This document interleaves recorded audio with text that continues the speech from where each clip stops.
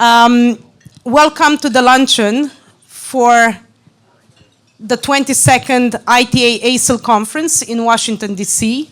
Thank you very much for joining us today. I'm Crina Baltag. I'm the chair of the Academic Council of the Institute for Transnational Arbitration and associate professor in international arbitration and dispute resolution. The ITA Academic Council's interview project, Preserving Perspectives, International Arbitrators in Their Own Words, is important and wholly unique among projects hosted by various international arbitration organizations worldwide, in that we interview prominent international arbitrators and record the stories of their lives and careers as they themselves tell it. Afterward, the videos of these interviews are memorialized forever on the ITA website so that future generations of international arbitration practitioners can watch and learn from them. We have the honor of welcoming today Sir Daniel Bethlehem KC, and I'm going to spell this out for everybody, Knight Commander of the Order of St. Michael and St. George, 20 Essex, London, as he will be interviewed by Professor Dapo Akande, University of Oxford. Sir Daniel will be properly introduced by Professor Akande, so it rests on me the privilege of adding a few words about Professor Akande.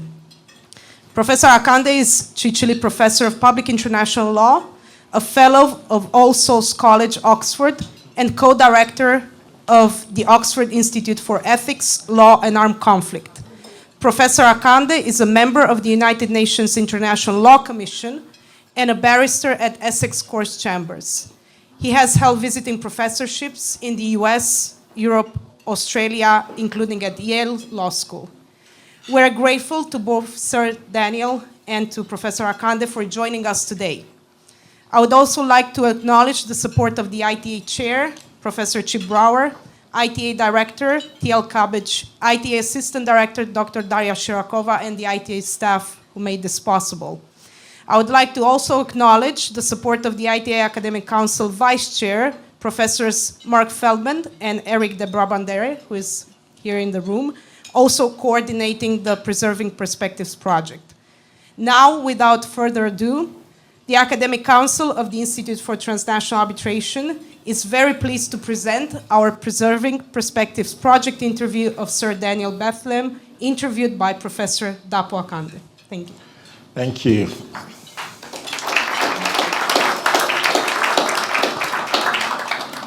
Thank you very much, Crina. It really is a pleasure to do this. I've never served as an interviewer before, so I'm just as keen to see how this goes as everyone else. I will start by introducing Sir Daniel Bethlehem, Knight Commander. No, sir.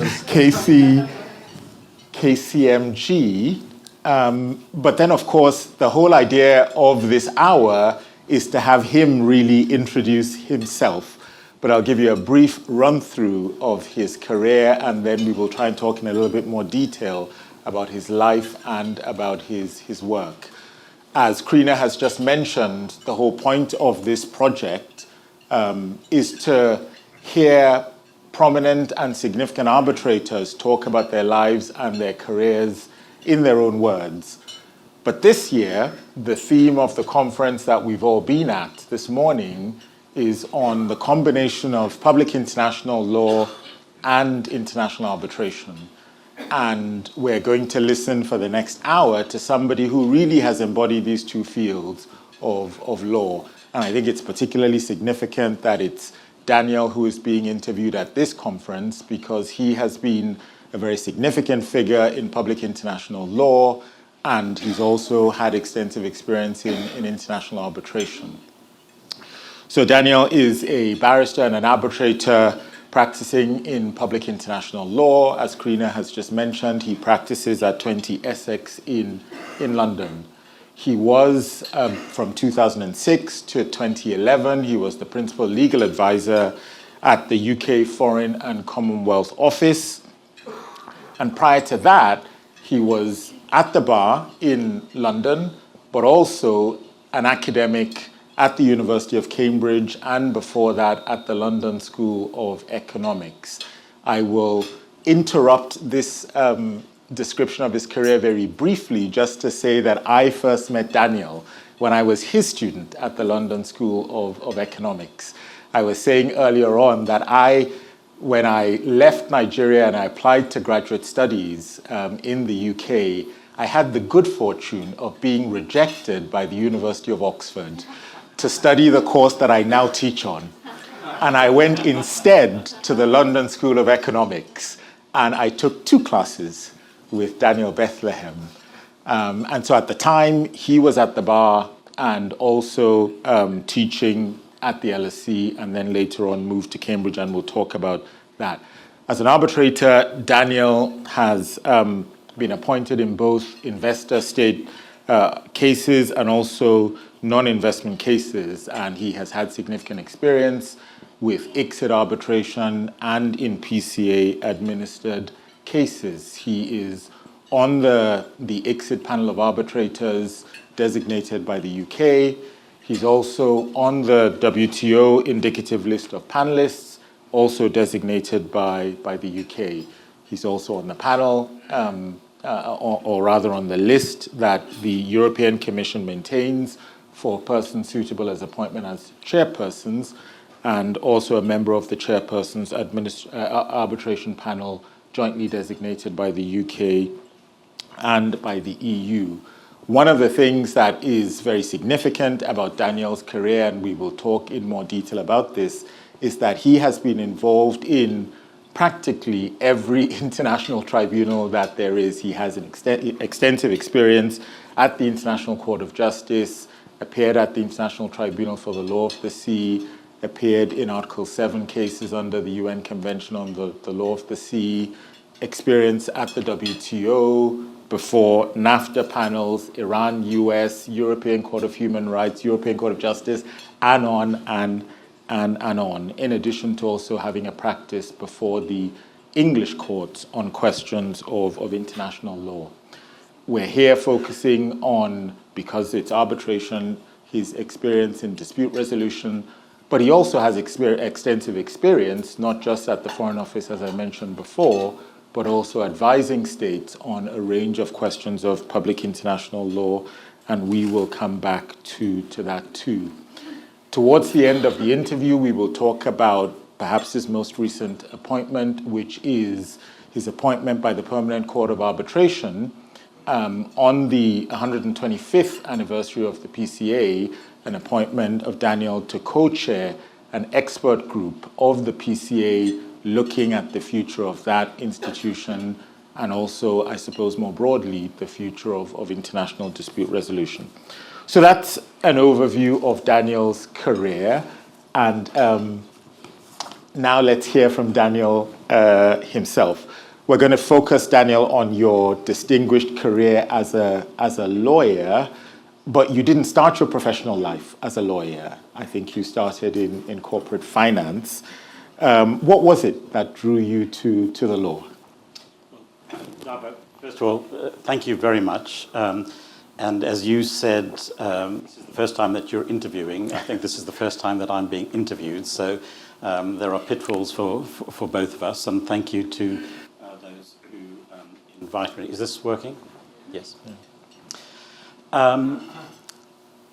So you're right in saying that my first professional steps were in corporate finance. But my first academic steps were in fact dipping toes into international law. Perhaps these are issues that we'll get to in sort of more detail, but I in fact began life as a student of international relations and political science in South Africa.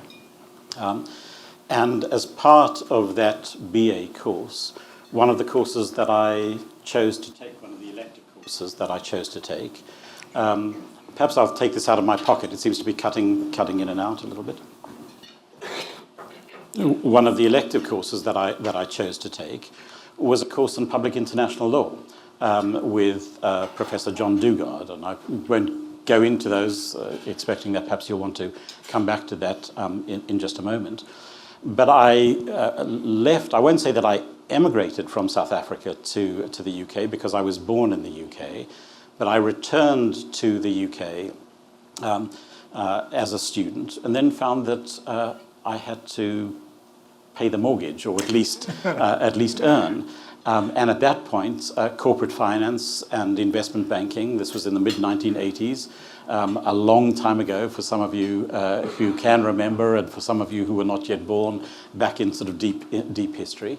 So I spent 4 years working in investment banking and corporate finance. And although I've left that world behind, I have to say that it marked me in very positive ways, which still stay with me today. So we'll come back to your studies in a moment, but you went into corporate finance after you had studied law. Was the plan to go back into law, or what drew you back into the law? The plan, I think, was always to go back into law. And indeed, throughout my 4 years working in investment banking, I both taught and studied law. I qualified at the bar in the UK on the basis of a part-time course, which extended over a couple of years, and then landed up teaching at one of the sort of the weekend legal colleges in London every Saturday, teaching international law. And my recollections of those days was having to sort of wake up at 4 o'clock every morning to do 2 hours work of legal studies before going into the rather testing world of investment banking at 7 o'clock in the morning. So it was a calling. It was a commitment, and the time in investment banking very influential on my thinking and my approach, but was an interregnum. It wasn't where I was headed. Okay. So you've already mentioned that you were born in the UK, brought up in South Africa, before you then returned to the UK as an adult, I think. Maybe you can tell us a little bit about growing up in South Africa, your experiences as a youth, and were there particular experiences that sort of remain in your mind which you would credit with shaping who you are, either as a person or as a professional? Yes, I think we're all shaped by our early years. That was a South Africa of the bad old days. It was South Africa of apartheid. And I grew up in an English-speaking community which saw itself as part of the opposition. Wits University in whenever it was the late 1970s felt as if it might have been a US campus in the late 1960s. There were lots of protests. There were police and dogs on campus trying to sort of clamp down on free speech. I mean, I have a very clear recollection. This has got nothing to do with sort of legal studies, but I have a very clear recollection. Must have been in about 1980, 1981, going to a demonstration which was just a little bit sort of off campus, crowded with thousands of people. It must have been a demonstration in favor of free speech on campus, something like that. And after about 10 minutes of the meeting, an armed, uniformed policeman walked into the meeting and said, we have received information that there is a bomb in the room. And there was an absolute hush of silence. And then the question that arose around the room was this simply the police trying to clear the room? And a decision was taken, not without hearts in mouths, to stay in the room and to continue the meeting. And of course, there wasn't a bomb in the room. But that was very, very influential in many ways. But influential on my thinking, becoming a lawyer sort of subsequently, is that I think that South Africa in the late 1970s, early 1980s, when I was growing up and sort of coming of age as a student, was a country in which rule of law was an aspiration rather than a reality.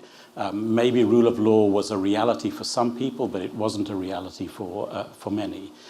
And so going to university as a political science and international relations student with the option then to choose some legal subjects, because law in South Africa was a postgraduate course, I think, as it is here. One viewed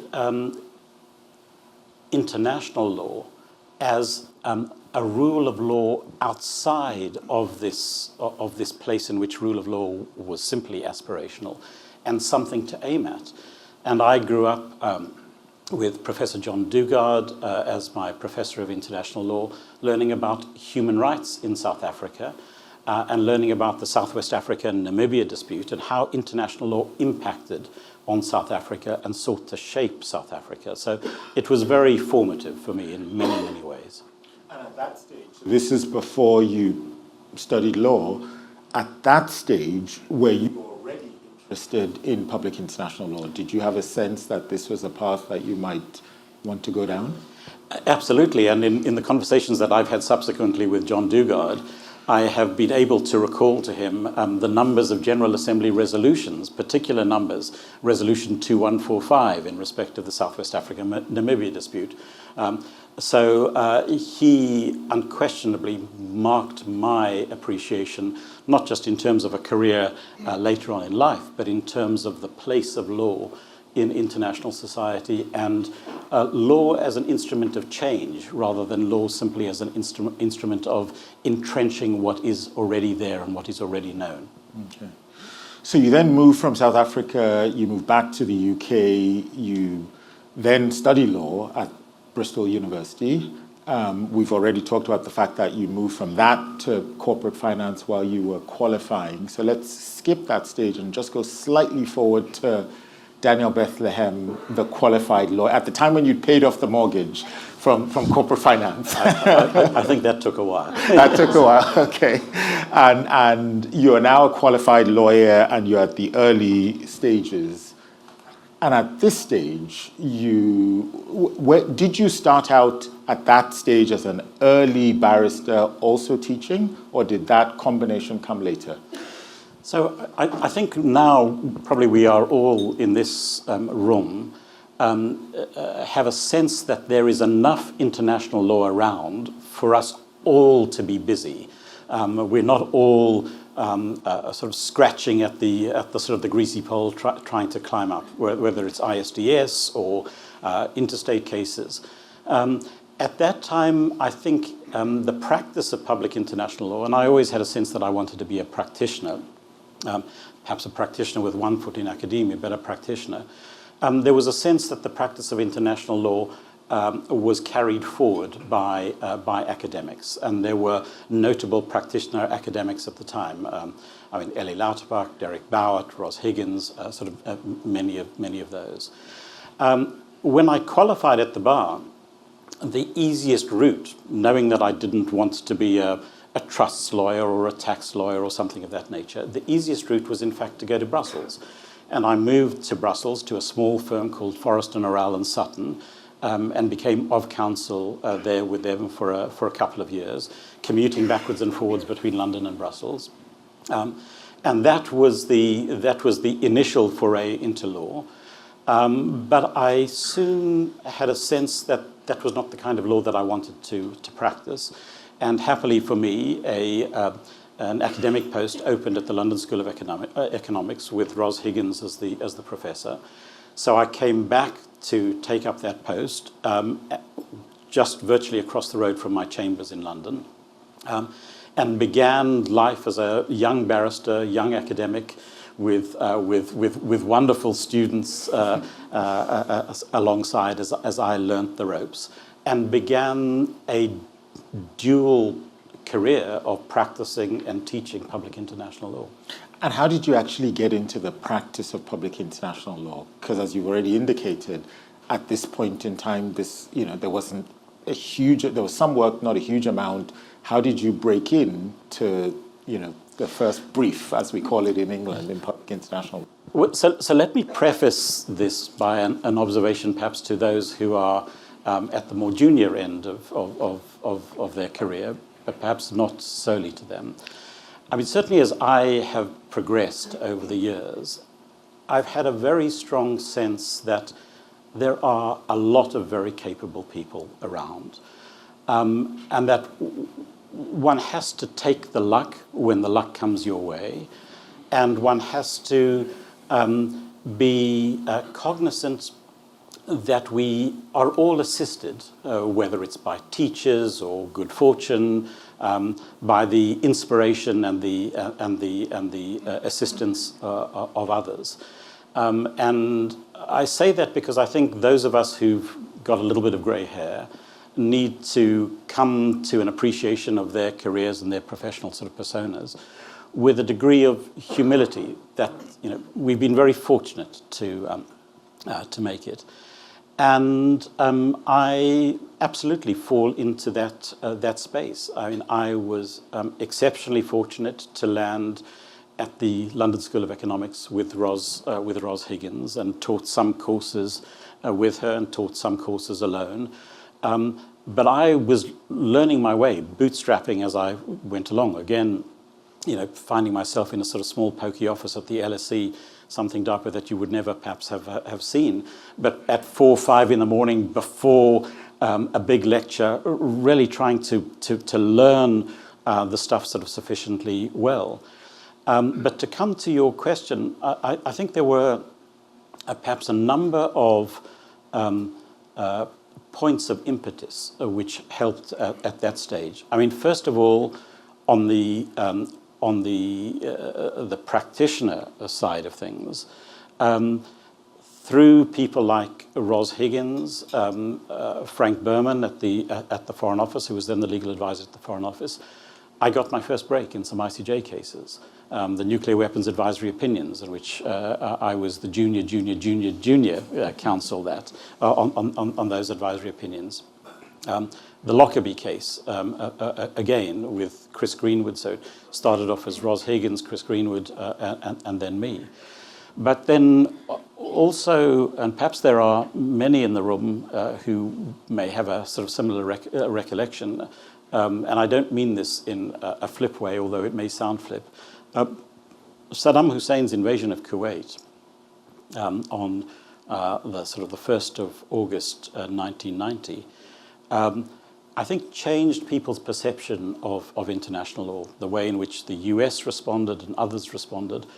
But one of the things that happened with me is that together with Ellie Lauterpacht, Chris Greenwood, Mark Weller in Cambridge, we very shortly thereafter published an edited collection of critical legal texts which were relevant to the Iraqi invasion of Kuwait, because there was a lot of history, colonial history and so on. And then shortly after that, I published a 2-volume collected works on UN Security Council sanctions. Resolution 661 of the Security Council imposed sanctions in a way that had never been imposed before. And there was a demand in the legal community and in the corporate community, and indeed in the governmental community, to understand how these things would work. And my advisory career, but also, I suppose, litigation career, began heavily based on UN Security Council sanctions and their implementation in domestic jurisdictions. Yeah. So you're right that I never saw you sort of preparing at 4 or 5 a.m. in the morning. I just wasn't up at that hour of the day as a student. What I do recall, though, was when I was a student, a group of students that was studying under you, we were actually writing our first piece for something called the European Law Students Association, which you were sort of supervising. And I recall that you fixed a meeting for what I thought was the unbelievably early hour of maybe 7:30 in the morning or something like that. We finished after about an hour, and then you said, back to work, you said. And I thought, what does it mean by back to work? Back! I mean, obviously, you'd been working before then. You mentioned a group of mentors, so Rosalind Higgins, Ellie Lauterpacht, Frank Berman, and others who, as you say, were significant. Were there particular things that you learned from them at that stage of your career? Undoubtedly. I've mentioned John Dugard because John Dugard was the one who sort of instilled a sense of the subject and a sense of aspiration and a sense of the rule of law in me. I was fortunate along the way to have wonderful teachers, a woman named Rose Dessart, who has subsequently gone on to work in other areas, Commonwealth law, D.W. Gregg, Don Gregg, who wrote, I think, one of the seminal initial works on international law. Unfortunately, never went into a second edition, but I think that's just because Don Gregg was taken onto other paths. Probably the most influential person, both in terms of my thinking and approach, but also in terms of opening doors for me, was Ellie Lauterpacht, with whom I was very close. But Derek Bowett at Queen's, where I studied for the LLM, Chris Greenwood, who is a close friend and good colleague, was one of the teachers in Cambridge at the time. But I also came across, en passant, as one always does, other looming figures of international law. Steve Schwabel, who came to Cambridge often to the Lauterpacht Centre, was someone who I knew from at least my very early age. And each of them, and many, many others besides, as one works one's way around one's professional life, left a mark, and most of them for the good. Mm. I've tried to gloss over the fact that you also spent some time in Cambridge studying. So you did a master's yes. in Cambridge, and that's where you came across people like Ellie Lauterpacht and Chris Greenwood. And there was a remarkable sort of moment, well, two remarkable moments. One remarkable, the other, oh my gosh, what might have happened? I think before the final exams, I was sort of sitting around the table in Herschel Road with Ellie Lauterpacht and with Kathy, and sort of admitted to not sleeping very well. And Ellie said, "Here, why don't you take one of these?" and gave me a little sort of sleeping tablet to sort of help me sleep. And thinking, well, this is Ellie Lauterpacht, I have to take the tablet. I took the tablet, and then after the exams, I did a little bit of research and found that one of the points of criticism about this particular tablet was that it caused short-term amnesia. So that was rather troubling. In the end, it didn't work out so badly. But the other remarkable thing was that once I had finished the LLM and fortunately had done reasonably well, Ellie came up to me and said, I think that you should be associated with the Lauterpacht Centre. And he gave me a key to the door. And I felt as if he was giving me a key to the castle. That all of a sudden I was part of this vibrant community of academic international lawyers, practitioners, and there'll be many in the room who will recall Ellie, and this is not an observation that is particular to him, but it is an observation that works very well with him. That with these academic practitioners, there was a sense when they walked into the classroom of gunpowder on their clothes. They knew what they were talking about. And all of a sudden, a subject that began in the academic classroom is international law, which is often the first chapter in some of these textbooks. The response was, of course it's law. Smell the gunpowder on their clothes. Smell the courtroom. Smell the energy of the negotiation for the latest treaty. So, yeah. So you've already mentioned early practice involved advising on questions of sanctions.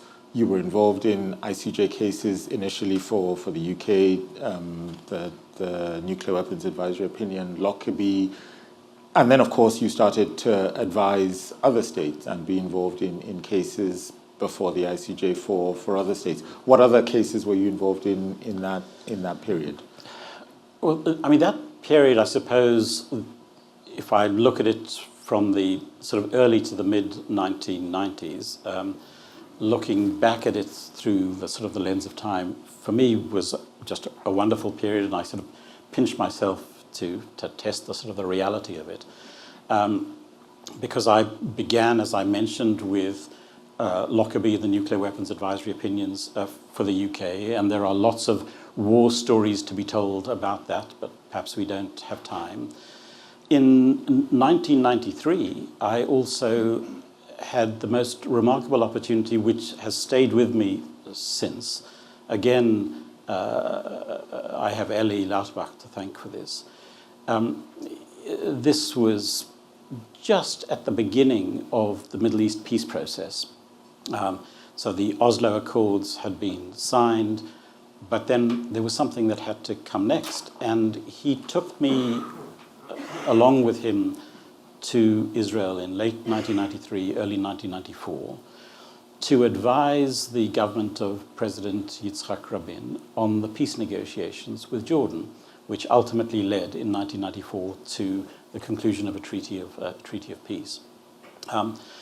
And I mean, everything about that process was remarkable and aspirational and looking towards rule of law and looking to the things that we all, as international lawyers, would give our eye teeth to do. I mean, negotiating peace in the Middle East with the reality, the achievement of that peace agreement was quite remarkable. Seeing how intractable disputes could be resolved in the blink of an eye if you had two people on either side, Rabin and King Hussein, who were able to say to each other, we need to look for a new world, and despite the intractable legal or political difficulties, we are going to do this. So there was that. Then came a whole series of other cases, including my first experience of arbitration in the trade and investments sphere, because a little bit later in the 90s, again, Eli Lauterpacht, there are lots of points of reference where I have to thank him, asked me to become one of his assistants in the first NAFTA Chapter 20 panel when he was the presiding arbitrator of the first NAFTA Chapter 20 panel. And that gave me a sense of arbitration, and the rest is history. Okay, so we'll come back to your career in arbitration. So you have this practice where you're involved in advisory work, significant issues like the Israel-Jordan peace process. You've got a practice at the ICJ.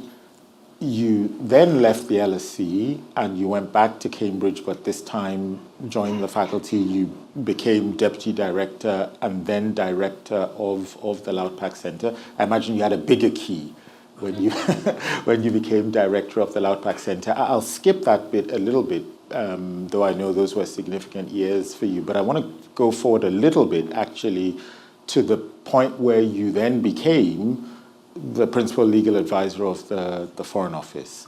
And at this point, you'd been in private practice for a number of years, you'd been in academia for a number of years. And just to set the scene a little bit for people here, because in many countries it works differently. In the US, maybe it's not so unusual to have somebody come from private practice and become legal advisor at the State Department. And in other countries, it's not unusual to have an academic go and become legal advisor. But in the UK, this was, and I think remains, unique to have somebody come from outside government and then take up this senior position within government. Let me start, though, with the question of why did you apply to do this, given that there wasn't, at least in the UK, a template for this? What led you to applying? So the short answer is that I had no intention of applying. The post opened up. I know Michael Wood is in the conference, but I don't know if he's in the room. So Michael was my predecessor at the Foreign Office. He was coming to the point of retirement, and in the civil service or the diplomatic service at that stage, there was a point, you reached the age of 60 where you had to retire. And the decision of the then Foreign Secretary, Jack Straw, was that this post ought to be opened up to external competition. And I think everyone outside of the Foreign Office thought that this was just a sop, that there was no intention of appointing someone from outside or even seriously considering someone from outside, that it would be the principal deputy or one of the deputy legal advisors who would be appointed. So I had no interest in applying, lending credence to that kind of process. This was also still in the cauldron of the Iraq War, where issues of law and legal advice were immensely controversial and heavily tested. So this is 2006. This was late 2000. Late 2005. Late 2005. Yeah. And I have to say I was doing sort of reasonably well at the bar. across a range of cases, most of them sort of interstate cases, but WTO cases, all sorts of other cases. And I wondered, well, why on earth should I give this up? But there came a point, in fact, I recall very, very clearly, over sort of December, January, early February 2005, 2006, I went on a very arduous trek to Everest Base Camp. After 6 weeks, came back and thought, well, why not? Change is good. So the audacity of change, or the audacity of hope. Yeah. You applied, you got the job, and as you say, this is sort of still in the, not immediate, but in the days not long after 9/11, Iraq was going on, and I'm just curious as to the kinds of things that came across your desk in that role. So perhaps just to take a step back, I mean, a lot of my work as a practitioner had been, virtually all of it, had been advising governments, lots of different governments. But when you're outside of government, as many of you will know, there's a degree of remove from the decision makers. You get called in when the legal advisor from the State Department or the Foreign Ministry, the FCDO, asks you to come in, but you tend not to sit around the political decision-making table. When I went into the Foreign Office in sort of May 2006, the war on terror, as it was dubbed by President Bush at the time, was very much in full flow. And national security issues were very heavily engaged. And that became certainly not the only focus, not the only focus by any means, but that became a very heavy focus of my time in the Foreign Office. Building on the relationships that I'd already had with the team in L, because I had acted for the United States in the Iran-US Claims Tribunal beforehand in case B61, and I see Lisa Grosh sitting there and others.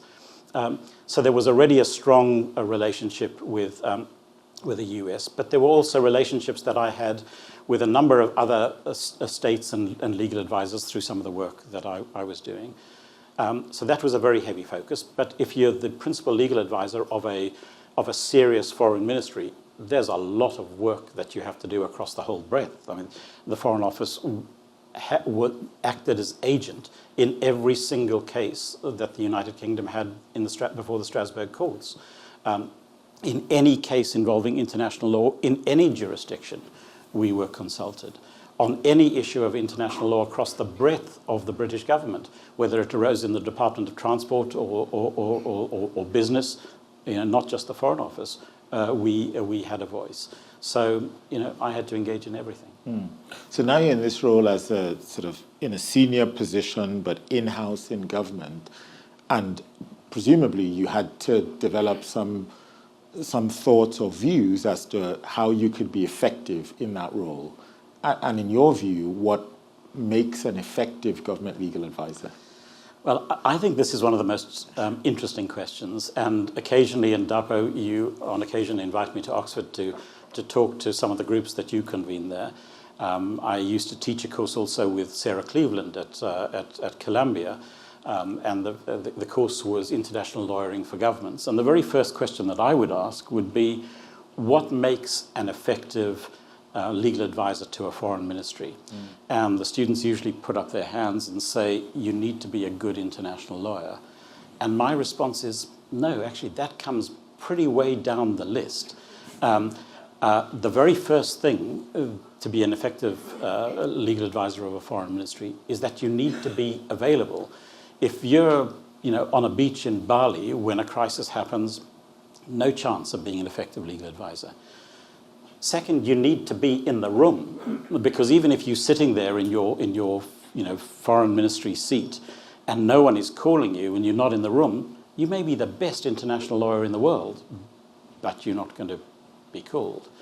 Third, you need to come with a degree of sort of situational awareness, because if you walk into a meeting with a foreign minister or the prime minister or whoever it may be, and you have no sense of the issues that are going on at all, again, you may be the brightest international lawyer, but you're not going to cut any ice. Fourth, I think, is that you need to have the confidence of your principal. And I'm looking at Charlie Brower, who is one of the paragons who I bow down in front of, and who's been there before. But you need to have the confidence of your principal, because if you don't have the confidence of your principal and you advise, the very first question that they're going to be saying to themselves internally in their own minds are, I need a second opinion. And it's only after you've been through those hoops that your ability, your knowledge as a public international lawyer come to the fore. But even then, it's unlikely that you're going to have the immediate answer. The question is not invariably going to be, can we bomb our peaceful country neighbor next door? Maybe we're moving into that kind of world, but that's not the usual question.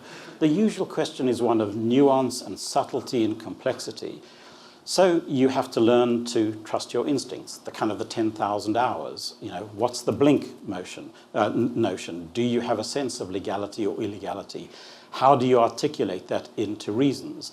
The discipline of our profession, the requirement to give reasons, is, to my mind, one of the most salutary disciplines that we have, because it's not just instinct, it's not just feel, it's not just I would like to, but you have to explain why, the rationality of it.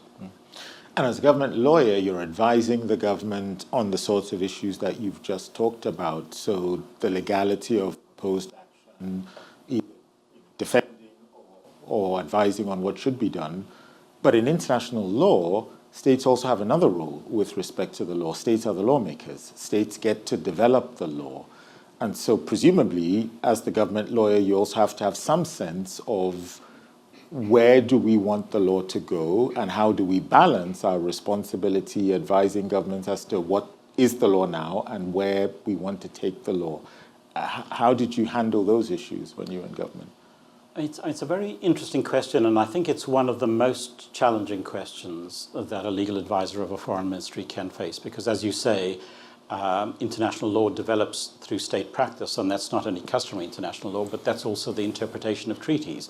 I think we heard in one of the earlier sessions about non-disputing party submissions and the extent to which those may form subsequent practice or subsequent agreement. So there is that tension, and there is associated with that, I think, also a very significant tension as to whether, when one advises a political principle, one advises on the law as you perceive it to be, or whether you advise on the law as you think it may become the minute that the courts get a hand on it. And let me give you a tangible example without revealing too many secrets. Many of you will be familiar with Article 16 of the State Responsibility Articles on aiding and assisting. Now, the law on aiding and assisting is not terribly well developed, but you do have the notions of intention and of knowledge. So the question that then arises for a foreign ministry legal advisor is the test one of actual knowledge, or is it one of deemed knowledge? And probably the law as it stands today, if one was looking at the texts and looking at the decisions, would be the law of actual knowledge. My inclination is that the minute that the ICJ or some other serious, credible international tribunal were to get their hands on it, that would very quickly crystallize as the law of deemed knowledge, constructive intent in some shape or form. So when you're advising a political principle, do you say, this is what the law is now, but my best advice to you is that if this goes to court, the law is going to be crystallized as something else? Doesn't a political principle have the right to be held to account by reference to the law as it is? And the problem is that if you're advising about the law prospectively, one speeds up the evolution of the law in very uncertain ways. I mean, I wrote about this very soon after leaving the Foreign Office in a piece modelled on the secret diaries of Adrian Mole called The Secret Life of International Law, trying to sort of reveal some of the issues, some of the challenges that face the practitioners of international law in government who have to balance precisely the point that you raise. Okay. Let's now turn to your arbitration practice. And in the last 2 minutes, because I've filibustered my way through. My clock tells me we've still got time. Yeah. You've already mentioned that your first experience was as assistant to Ellie Lauterpacht in that first Chapter 20 panel of NAFTA. Did you have a practice as counsel in arbitration before before your first appointment as arbitrator? So I had experience as practice as counsel in arbitration, but not in ISDS arbitration. I'd done, I think we heard a little bit about the Channel Tunnel case. I was counsel in the Mox plant case. All of those were arbitral cases, but not in all interstate. All interstate, but not in ISDS. And I then went into the Foreign Office, and not quite the first call, but amongst the early calls that I got when I left the Foreign Office in mid-2011 was from Steve Schwabel. And he said, and I knew Steve pretty well, he said, Bruno Simmer and I are wing arbitrators. Would you like to be presiding? And I thought, wow, this is a bit of a heavyweight panel to be presiding, just stepping out of the Foreign Office.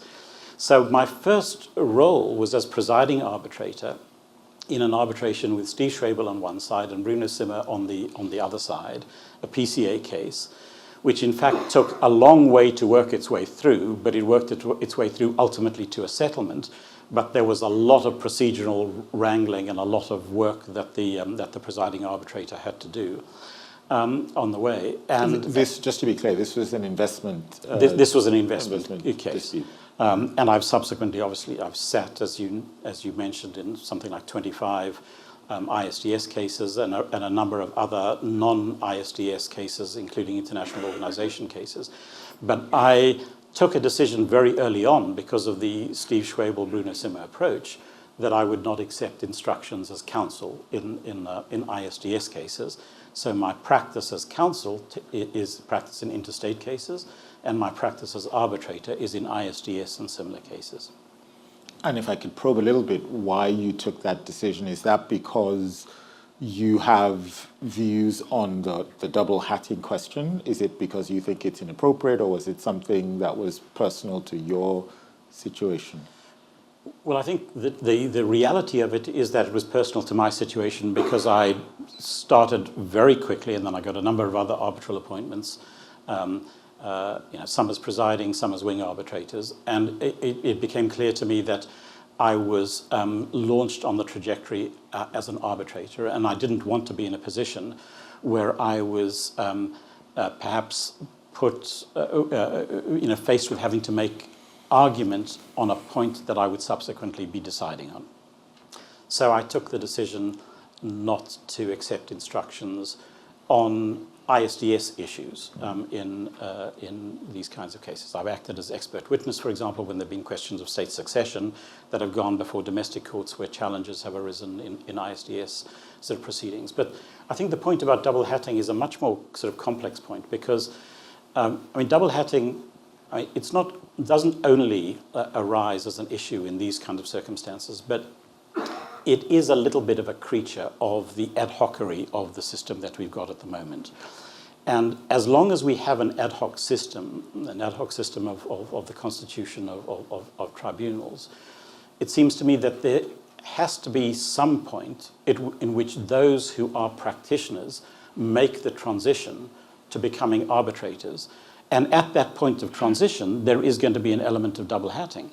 But it does seem to me that as one makes one's professional choice to become a full-time arbitrator or a busy arbitrator, that it is going to be prudent and sensible and wise not to act as counsel at the same time, because otherwise I think conflicts of interest do arise. So let's talk a bit about your experience as arbitrator. What are the tasks of the arbitrator that you think are most challenging, or which you think need to be handled with the greatest degree of care? Well, I think obviously the principal task and responsibility of the arbitrator is to ensure that there is a fair procedure so that the parties have an opportunity, a reasonable and equitable opportunity to present their arguments. And at the other end of the pipeline, one has a responsibility of reaching a fair and reasoned decision. And it comes back to the issues of fair and reasoned decision making. I think, and I see there are a number of very eminent arbitrators here sitting in the room. I think one of the big challenges, perhaps less so as one becomes more and more experienced, and perhaps less so as one begins to know more of the arbitrators on the circuit, so you sit with people again and again. But I think one of the big challenges, at least for me, and I'm very conscious of it in every tribunal that I sit on, is for the tribunal to find itself, for this group, usually 3, but sometimes 5, this group of people who perhaps come from very diverse backgrounds. Some people may be talking in their 3rd language, not just their 2nd language. Civil law, common law, wider differences of legal appreciation. Public international lawyers sitting with commercial lawyers, sitting with investment lawyers.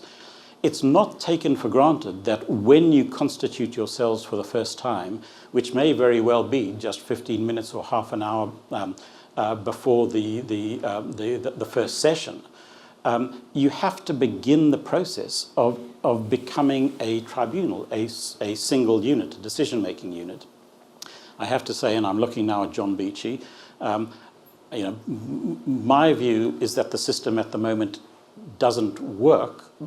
But one of the points, just using this as a little bit of a segue, is that I think that if you do have settled tribunals, whether you call them permanent, whether you call them standing tribunals or whatever, I think that the members of the tribunal coalesce over time into a single decision-making organism. Whether they agree or disagree on points of nuance, they become a single decision-making organism.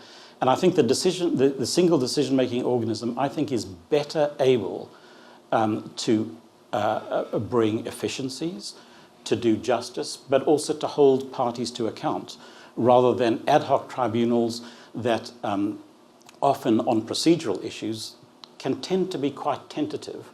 I mean, I have had the good fortune of sitting, including recently, with some very eminent arbitrators, both when I sit as presiding and when I sit as a wing arbitrator, but who come from a completely different tradition. A civil lawyer who's focused mostly on commercial and investment disputes. We see the world very, very differently from the perspective of how one tests evidence, the notion of a preponderance of evidence, the degree of latitude that you may give a party that you feel is sort of overstepping. So, I'm in favour of finding a way through the difficulties that we currently face. I think Charlie Brower is probably going to say, why on earth did these guys invite him to find a way to make our system better. I agree with some of the concerns that John Beachy sort of mentioned, including this morning, but I think that there are ways of making our system better. Interesting. You don't have to comment on this, but I wonder whether this has implications for the discussions, for example, in Uncitral Working Group 3, do we have a standing appellate body and all of that? But I'm also looking at the clock. I did want to ask you one other question on, maybe 2 other questions actually on arbitration. So one is there's inevitably the focus on costs and how that's one of the criticisms that is labeled. As an arbitrator, how does one try to ensure that costs are not excessive? Are there particular things that you think are important to do or not do? I think it's very difficult, and the issue of costs is mostly the costs of counsel to the parties rather than the costs of the tribunal itself. I mean, invariably the costs of the tribunal are dwarfed by the costs of parties' counsel.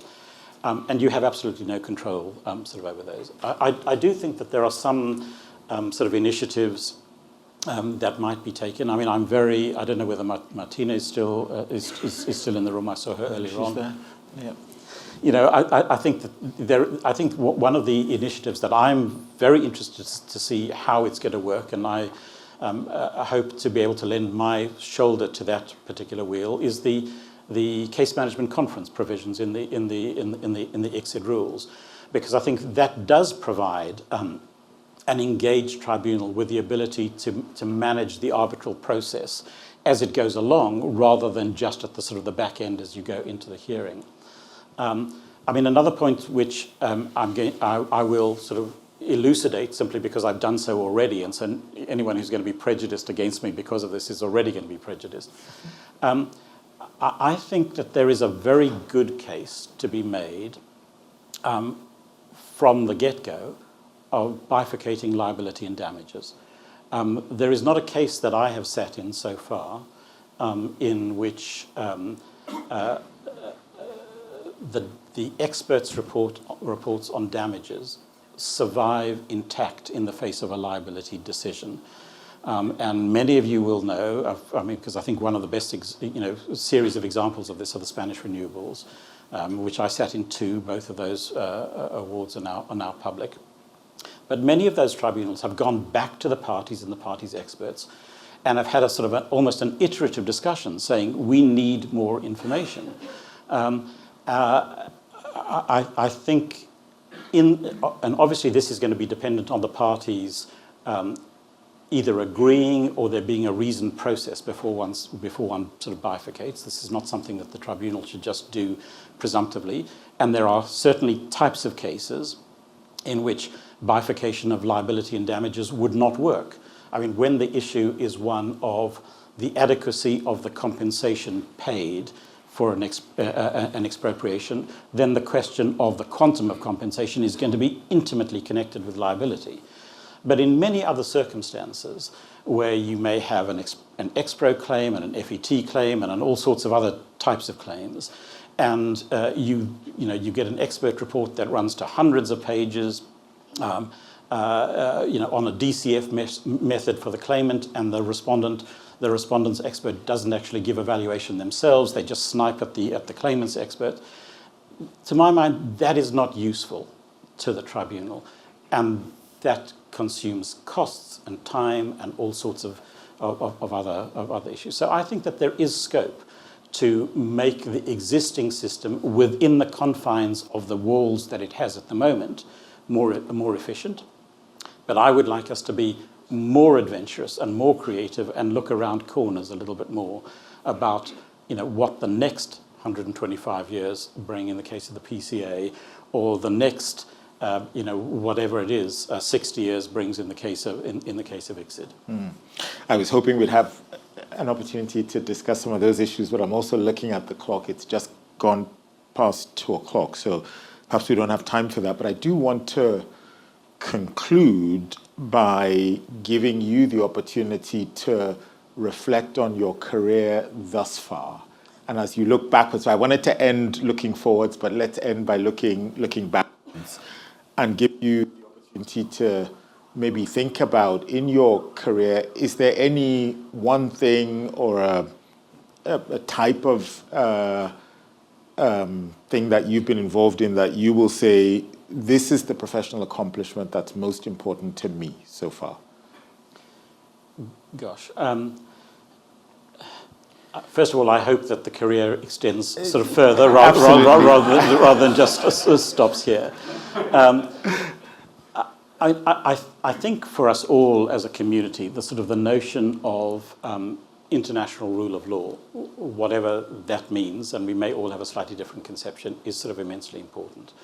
For me, the thing that's most interesting is solving problems, looking around corners, and to see how this calling that we all have will carry us into the future. I mean, I am fortunate. I have my wife and my two young sons sitting there. That's the world of their future. When one looks at the morass that we probably all feel that we're in at the moment, trying to walk in treacle or in quicksand, there has to be a way of getting out of it. The struggle, I think, that we all have is that at the moment, putting one foot in front of the other feels very difficult. And perhaps, Dapo, maybe this is what you were sort of edging towards and sort of inviting me to sort of speculate. I mean, I wrote something recently which was sort of looking back, looking forward. I won't give the rest of the title because the Heritage Foundation stole the rest of the title and I don't want to. This was called Project 2100, Looking Back, Looking Forward. But this was a conception, and I think Karina has this in mind. I mean, 2-3 years ago, I was invited to give a keynote speech at Bonelli Eredi in Milan on looking forward. And it sort of occurred to me that at that point that we were halfway through the period 1945 to 2100. And the architects of the international system, you know, in Yalta, in Potsdam, in Bretton Woods, in San Francisco, had a vision of the world that they wanted to create. It was a world of liberal internationalism sort of based on law. And the institutions, the United Nations, the IMF, the IBRD, the GATT as the trade code of the International Trade Organization, were sort of all established then. And we've been living with those institutions for the last 78 years. And the question that came to me was, are they fit for purpose for the next 77 years? And my response to myself was, no, they are not. One can't see any of these institutions surviving in the way in which they are currently operated for the next 77 years. So the question that I asked myself was, how do we get there? And the device that at least I came up with is that it may be interesting for us to think about the deep long term. What is the world going to look like in 2050, 2075? We're never going to imagine the world in 2100. It's too far in the future. But, you know, God willing, many of us will be around in 2050, 2075, and some maybe even in 2100. And think about the role of international law and the role of dispute settlement in the future. Is it going to be fit for purpose? Does it need to be reconceived for the future? And then try and re-engineer backwards, because it may be easier, certainly will be more invigorating and more inspiring for us to try and re-engineer backwards from a sense of vision as to where we want to go, than trying to put one foot in front of the other at the moment, which just feels too difficult. Okay.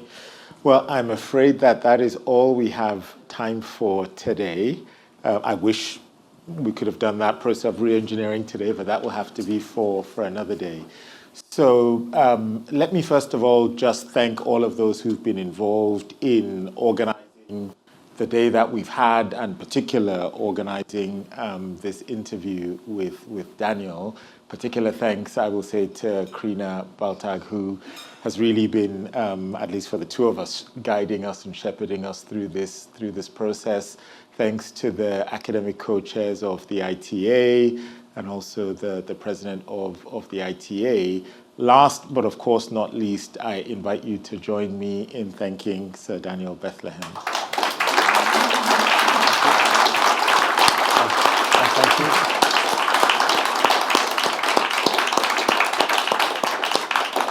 And I have the last word to thank the organisers, to thank Dapo. It's been less painful than I thought it might be.